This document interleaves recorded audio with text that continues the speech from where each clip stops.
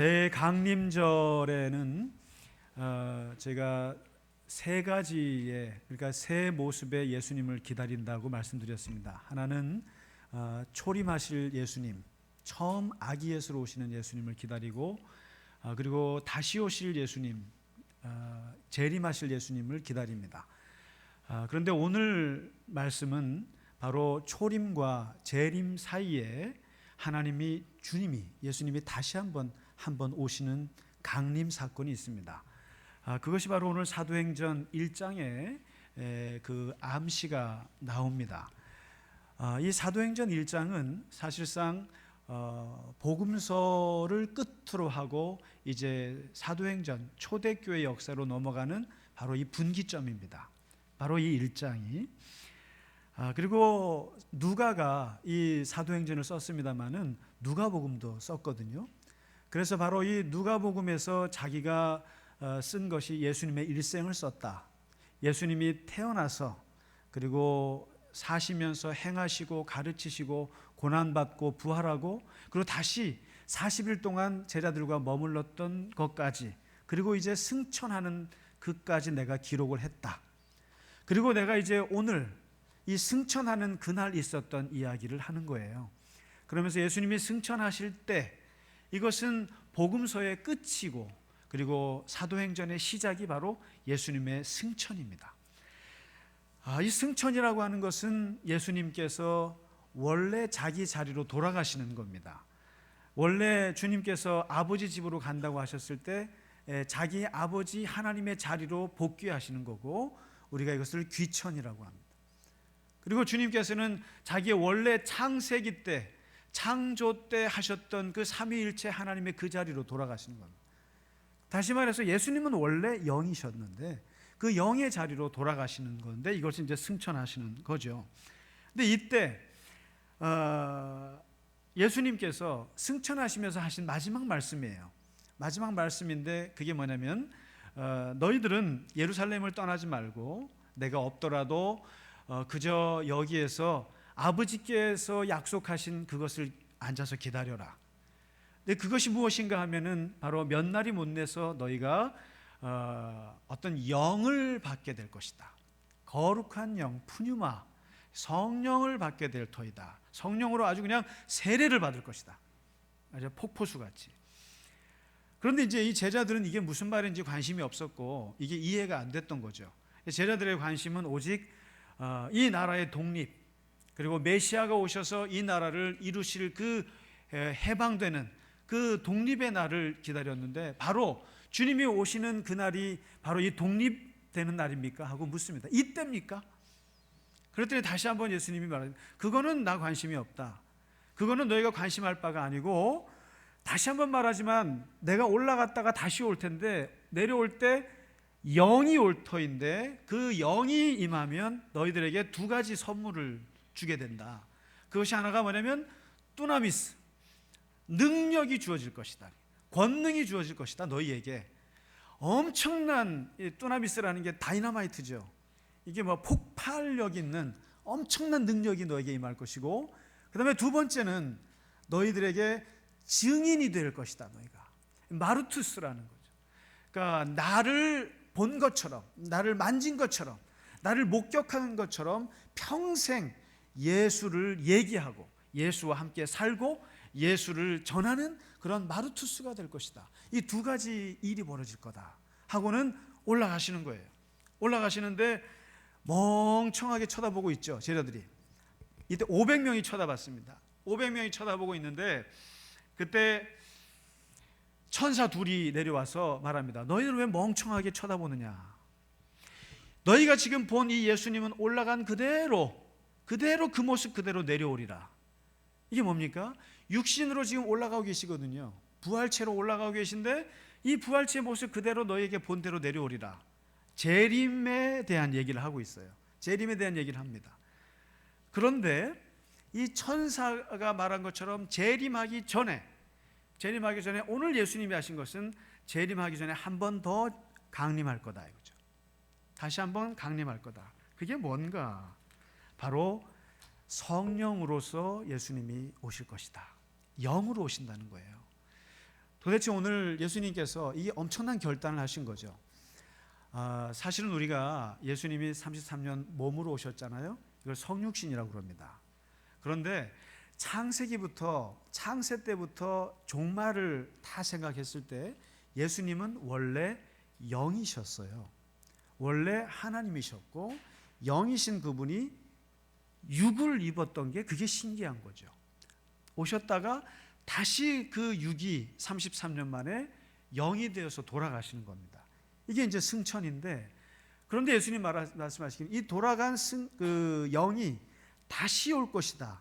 이것은 재림의 주가 아니고 그것은 성령으로 다시 내려오실 터인데, 그 역사가 사도행전 2장에서 터지거든요. 이게. 그러면 궁금한 것이 하나 있습니다. 여기서 왜 예수님께서 영으로 우리에게 오시는가? 왜 영으로 오시겠다고 하셨는가? 창세기로 돌아가 보시면 거기에 이런 이야기가 있습니다. 창세기 1장 1절에 태초에 하나님이 천지를 창조하시니라. 땅이 혼돈하고 공허하며 흑암이 깊음 위에 있고 하나님의 영은 수면 위를 운행하시니라. 하나님의 영이 수면 위를 운행하시니라. 이 말은 닭이 알을 품듯이, 이런 뜻입니다. 알을 품는다는 뜻입니다. 운행이라는 말이. 다시 말해서 온 지구와 그리고 이 천지를 하나님의 영이 이렇게 품었다는 뜻입니다. 그래서 알을 부화하듯이 천지를 창조하시기 전에 하나님의 영은 이 세계를 품고 창조의 기운을 일으키기 시작을 하시는 겁니다. 그걸 누가 하셨는가? 하나님의 영이 하셨다. 그래서 천지 창조가 일어나기 시작을 했고, 그리고 사람을 지을 때도 그 흙이라고 하는 흙덩이에다가 하나님의 영을 집어넣어서 사람을 만드셨다. 그래서 사람은 근본적으로 영적인 존재입니다. 그래서 사람은 하나님을 알고 하나님을 깨닫고 하나님을 지각할 수 있는 게 우리 안에 영이 있어서 그렇습니다. 그래서 이 영적인 존재라는 것을 처음부터 그렇게 만드셨던 거예요. 그리고 한번 구약 성경 전체를 한번 훑어보세요. 하나님께서 하나님의 모든 일을 뭘로 하시냐면 하나님의 영으로 하세요. 영이 임해야 모든 일을 할 수 있습니다. 전쟁에서 승리하는 것도 하나님의 영이 임해야 하고, 그리고 심지어는 건축을 하는 사람들도 하나님의 영이 임해서 건축을 했다고 합니다. 예술을 하는 사람도 심지어는 그 영감이 어디서 오냐면 영에서 옵니다. 그래서 출애굽기에 보시면 부살렐이라고 하는 성막을 최초로 만든 건축가가 나와요. 근데 그 사람이 그 정교한 기술을 가지고 건축을 만들 때, 건물을 지을 때 하나님의 영이 그에게 임해서 그 일을 하게 합니다. 그리고 하나님의 영이 삼손에게 임할 때 엄청난 힘이 나서 전쟁에서 승리합니다. 심지어는 이사야가 말하기를 주의 영이 내게 임하셨으니 가난한 자에게 복음이 전파가 되고, 그리고 마음이 아픈 자들이 치유를 받고, 그리고 포로된 자가 자유를 얻게 되리라. 주의 영이 임하였을 때 거기에 치유가 일어나고 자유가 일어나고 해방이 일어나고 복음이 전파되고 모든 게 다 주의 영이 임해야 한다는 거예요. 심지어는 구약 성경에는 악신조차도, 악령조차도 하나님의 손안에 있었어요. 그래서 하나님이 조정하시는데, 심지어는 사울에게 악령이 임할 때 어떻게 합니까? 헛소리를 하고 창을 그냥 다윗에게 집어던지잖아요. 정신병 걸리지 않습니까? 그게 다 영의 역사예요. 그래서 구약 성경에서는 모든 하나님의 일들은 다 하나님의 영이 역사에서, 심지어는 마른 뼈같이 죽은 사람들을 살리는 것도 누가 하느냐? 하나님의 영이 하십니다. 영이 역사에서 가죽이 붙고 군대가 되어서 엄청난 회복이 일어나는, 생명조차도. 그래서 스가랴는 말하기를 모든 일들은 사람의 힘으로도 되지 않고 사람의 능력으로 되지 않고 오직 나의 영으로 되느니라, 이런 말을 하세요. 다시 말해서 이스라엘 백성들이 구약 전체 역사를 통해서 그들이 깨달았던 것은 세상의 가장 강력한 힘은 무엇이냐? 영이라는 걸 알아요. 영. 그래서 우리는 체력이 중요하다고 생각해서 열심히 헬스클럽에 가서 한 달에 몇만 원 내시나요? 열심히 체력 단련을 합니다. 그런데 그 체력보다 더 중요한 것은 정신력입니다. 그래서 이 정신력이 체력을 뒷받침하는 거죠. 그런데 이 정신력보다 더 위에 있는 힘이 영력입니다. 이 세상은 사실상 우리가 마치 군사력이나 경제력이나 물질의 힘으로 움직이는 것 같으나, 그러나 근본적인 그 힘은 영에서부터 옵니다. 영력이 가장 중요하고 그 영력에서부터 모든 창조의 힘들이 거기에서 나옵니다. 우리는 그것을 알고 있는 사람들입니다. 체력보다, 정신력보다 영력이 더 중요하다는 것을 아는 사람들입니다. 그래서 예수님께서 왜 영으로 오셨는가? 모든 일은 하나님께서 영으로 역사하시기 때문에 그렇습니다. 그리고 두 번째 이유가 있습니다. 두 번째 이유는 참 재밌는 이유인데, 그것은 바로 예수님의 제자들은 사실상 복받은 사람들이죠. 그 사람들은 정말 2000년 전에 어쩌다 그 팔레스틴에서 태어나는 바람에, 그 마침 그것도 갈릴리 거기서 태어나는 바람에 예수님이라는 분을 실물을 영접했죠. 그분의 실제 육신을 만난 사람들입니다. 그래서 그분 손도 잡아봤고 그분하고 같이 식사도 해보고 3년을 같이 이렇게 몸을 비비면서 살아봤던 사람들입니다. 그러니까 2000년 전에 팔레스타인에 살았던 그 12명의 제자들 외에는 예수님을 만나본 사람이 없습니다. 그런데 오늘 예수님께서 승천하시면서 결단하신 것은 더 이상 나는 육으로 존재하지 않을 것이다. 나는 이제 영으로서 너희들에게 와서 12명만 나를 아는 것으로 끝내지 않겠다. 나는 이제 모든 사람에게, 누구에게나, 그리고 시대를 초월해서 모든 사람에게 내가 그들의 주가 되고 그들의 스승이 되고 그들에게 하나님이 되리라. 그 결정을 하신 거죠. 그래서 모든 사람에게 함께 예수님을 만나게 하려면 영으로밖에는 안 되는 거예요. 그러면서 팔레스틴 지역의 그 지역 사람뿐만 아니라 세상 보편적인 그리스도가 되기 위해서 예수님이 영으로 오신다고 말씀하신 거죠. 사실은 구약 성경에 보시면 이러한 꿈을 꾸었던 사람이 있어요. 사실 인류의 역사는 민주화의 역사입니다.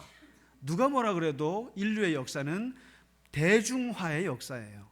한때 왕족들만 먹었던 그 맛있는, 세종대왕이 먹던 그 케이크 지금 모두가 먹습니다. 나폴레옹이 쓰던 모든 물건 지금은 흔하게 우리가 씁니다. 다시 말해서 인류의 역사는 왕족과 귀족, 특권, 특정 인물들만 가지고 있던 것들이 서민과 대중과 모든 사람들이 나누어 쓸 수 있는 역사입니다. 마찬가지로 기독교의 역사도 그렇습니다. 말씀을 사제들만 가지고 있던 것들이 마틴 루터를 통해서 모두가 볼 수 있게 했고, 그리고 모든 역사들이 다 이게 민주화의 역사입니다. 이게. 그런데 오늘 바로 그런 꿈을 꿨던 분이 모세예요. 이 영의 역사도 마찬가지입니다. 모세가 너무 힘들어가지고요. 너무 힘들어갖고 민수기 11장에 보시면은 하나님 앞에 파업을 합니다. 도저히 못하겠습니다. 뭐 말을 들어야죠. 백성들이 너무 불평하고 너무 원망하고, 그래서 자꾸만 자기한테만 그러니까 힘들어서 못하겠다고 손을 들어버립니다. 그때 하나님께서 어떻게 하십니까? 그러면 70명의 장로를 세워줄 테니까 그 사람들이랑 같이 일을 해라. 그런데 조건이 있다. 어떻게 해요? 내가 너에게 내린 영을 그들에게도 영을 주어서 그 70 장로가 영을 받아서 너가 했던 걸 똑같이 하게 할 것이다. 그러면은 예배를 한번 드려야 하니까 회막에 다 모이라고 합니다. 70명을 불러요. 불러갖고 회막에 모여서 거기서 하나님의 영이 임하는 예식을 하는데 거기에 두 사람이 결석을 합니다. 이 사람들이 몰랐는지 자기 집에 있다가 거기서 영을 받아버렸어요. 모세에게 주어진 영을 그 사람도 받았어요. 이걸 가지고 여호수아가 문제 제기를 합니다. 아니, 회막에 있지도 않은 사람들에게 어떻게 영이 임할 수 있습니까? 이게 불법입니다. 합니다. 그때 모세가 했던 위대한 말이 있습니다. 너가 나를 질투하는구나.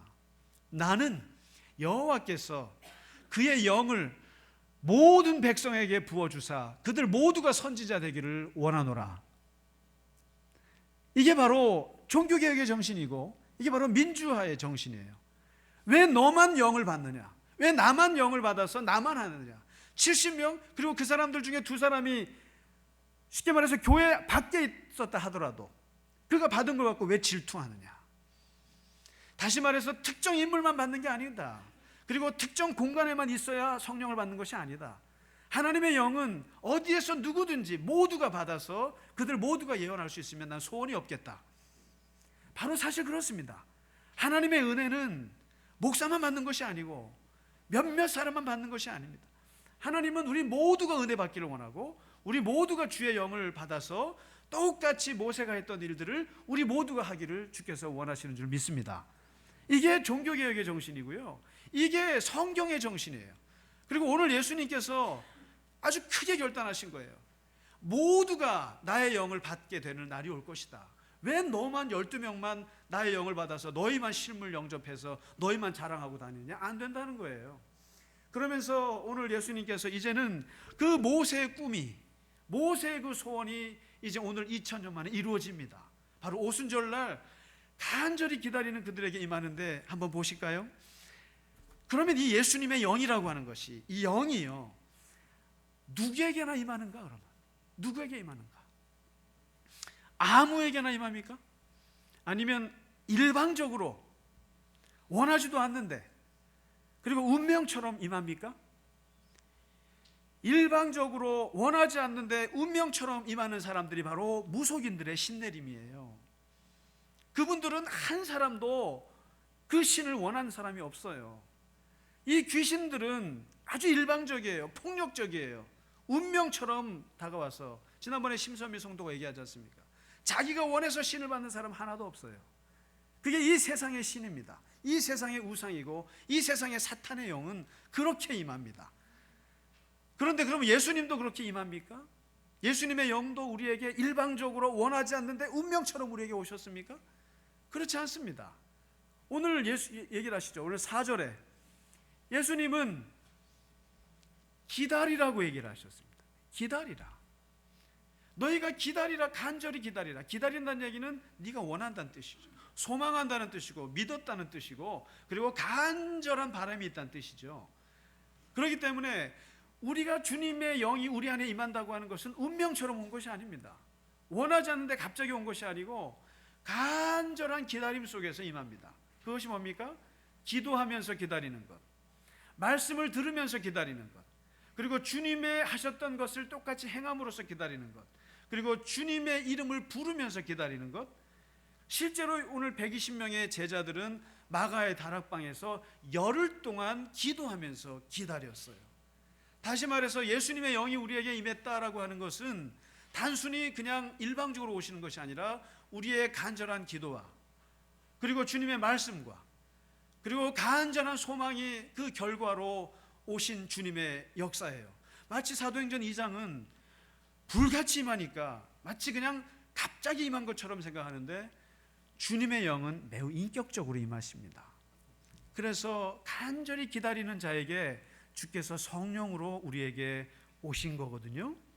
그런데 도대체 왜 오시냐는 거죠. 도대체 왜 주님이 우리에게 영으로 들어오시냐는 거죠.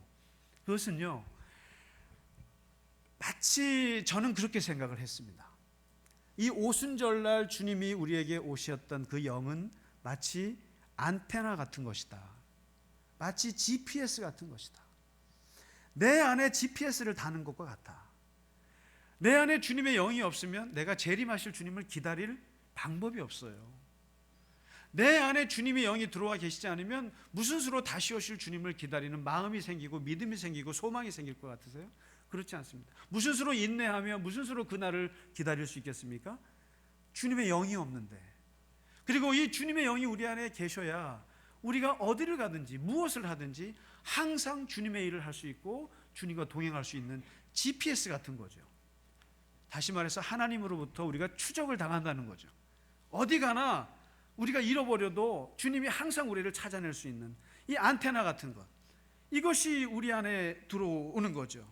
그럼 도대체 이 예수님의 영이 우리 안에 들어오셔서 무엇을 하시나 했더니 요한복음 14장, 15장, 16절을 한번 집에 가서 한번 보시면, 물론 안 보시겠습니다만은 저는 항상 볼 줄로 믿고 말씀드립니다만은 그 예수님의 고별 설교에서 예수님이 설명을 해주세요.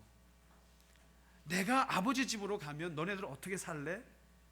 그럼 내가 다른 보혜사를 보내줄 건데 그것은 영의 형태일 텐데, 근데 이 영의 형태는 어떤 형태냐면은 너희에게 진리의 영으로 올 거야. 그래서 세상 사람들은 이해하지 못하는 하나님의 진리를 너희가 알게 될 거야. 이 진리의 영이라는 거예요. 그래서 너희가 진리 가운데로 인도받게 될 거야. 그래도 참 감사하죠. 우리가 이단에 빠지지 않고, 우리가 세상의 가치관에 매몰되지 않고, 그래도 주님을 따라갈 수 있었던 것은 주님의 진리의 영이 우리를 인도하기 때문인 줄로 저는 확실히 믿습니다. 그렇게 진리의 영으로 오시고, 그리고 보호의 영으로 오실 거야. 너희를 고아와 같이 버려두지 아니하고 항상 눈동자처럼 지켜주실 것이야. 그 영이. 그리고 깨달음의 영으로 올 거야. 내가 너에게 가르쳐줬던 거 하나도 기억 안 나지? 내가 너에게 말씀했던 거, 성경 공부한 거 하나도 기억 안 나지? 그런데 내가 영으로 오면 깨닫게 될 거야. 생각날 거야. 그리고 기억날 거야. 이 모든 말씀에 대한 깨달음은 다 주님의 영이 우리 안에 오셨을 때 일어나는 현상들이에요. 그래서 이거구나, 말씀이 이런 뜻이구나 할 때 그것은 주의 영이 우리와 함께 하신 줄로 그렇게 아시기 바랍니다. 이 영이 우리 안에 계신 거예요. 때로는 탄식도 하시고, 때로는 우리의 인생 방향을 뒤틀어 버리시기도 하세요. 사도 바울이 터키를 그렇게 전도하고 싶었거든요. 터키를 이제 마무리해서 갈라디아를 했고, 이제 비두니아 해서 이제 요까지 해서 내가 끝내야겠다 하고 갔는데 예수의 영이 허락하지 않고 그 방향을 틀어서 유럽으로, 그래서 기독교가 유럽이 먼저 간 겁니다. 바로 그 방향을 전환시키는 것도 하나님의 영, 예수의 영이라는 거예요. 우리 안에 예수의 영이 들어오셨습니다. 어떻게 하셨습니까? 우리가 주님을 영접하셨잖아요. 우리가 주님의 말씀을 듣지 않습니까? 그리고 우리가 기도하면서 주님을 부르지 않습니까? 그런 모든 자들에게는 주님의 영이 우리 안에 오셨습니다. 불필요하게 또 주님의 영 달라고 자꾸만 구하지 마세요. 이미 저와 여러분은 주님의 영이 우리 안에 임재해 계십니다. 그런데 참 감사한 것은 구약에 임하는 영들은 전부 다 바쁜 영들이에요. 그리고 구약에서 임했던 영들은 인턴 영들이에요. 왔다가 떠나는 영들입니다. 잠시 왔다가 삼손에게 임했다가 얼른 떠나요. 삼손에게 임했을 때 삼손이 30명 죽이고 나서는 떠나버립니다. 그 다음부터 힘이 없어요. 그런 출퇴근하는 영입니다, 쉽게 말하면. 그런데 신약에서 오늘 예수님이 약속하신 이 영은 한 번 들어오면 엉덩이가 너무 무거워서 안 떠나시는 영입니다. 절대로 안 떠나는 영이고, 한 번 들어오시면 영원히 거하시는 영. 그래서 거하시면서 두 가지 일을 하시는데, 하나가 두나미스를 우리에게 주신다. 능력을 주신다. 사람을 고치는 것, 깨닫게 하는 것, 기억나게 하는 것, 그리고 전도하는 것, 말씀을 전하는 것, 그리고 주님의 그 삶대로 살 수 있는 그것이 다 능력이거든요. 그 두나미스를 우리에게 주시리라. 그리고 마지막, 너희가 증인이 되어서 나를 끝까지 모른다 하지 아니하고 나와 함께 예수의 삶을 살게 되는 그 마르투스가 될 것이다. 그 말 그대로 예수님의 제자들이 전부 다 십자가에 죽었습니다. 다. 그대로 예수님을 마르투스 하다가 자기의 인생을 다 마쳤습니다. 그게 뭡니까? 우리의 예수님의 영이 우리 안에 거하시기 때문에 우리에게는 하나님의 두나미스, 능력이 우리에게 주어져 있고, 또 한 가지는 우리는 죽을 때까지 주님과 더불어 살 수밖에 없는 운명이라는 뜻입니다. 우리가 주님을 만나본 적 있습니까? 언제 우리가 주님과 한번 밥 먹어봤습니까? 그러나 우리가 주님을 본 것처럼 얘기하잖아요. 주님은 이렇게 살았어. 주님의 뜻은 이것이야. 주님은 이런 분이야라고 우리가 말할 수 있는 게 뭡니까? 주님의 영이 우리 안에 계시기 때문에 그렇습니다. 본 것처럼 우리가 주님을 마르투스로 증인이 돼서 살 수 있는 것은 주님의 영이 우리 안에 있습니다. 그래서 우리가 이 대강림절 둘째 주를 맞아서 주님이 다시 오시는 그날을 기다리기 전에 먼저 주님이 우리 안에 오셨다는 것을 우리가 오늘 확인했으면 좋겠습니다. 확인하고 다시 한번 예수의 영이 우리를 붙잡고 계시고 다시 오실 주님을 기다릴 뚜나미스, 그 힘과 그리고 마르투스, 그 증인의 삶을 살 수 있도록 주께서 해주신 줄 믿습니다. 우리 같이 주의 성령 오심을 감사하면서 찬양하겠습니다. 183장입니다.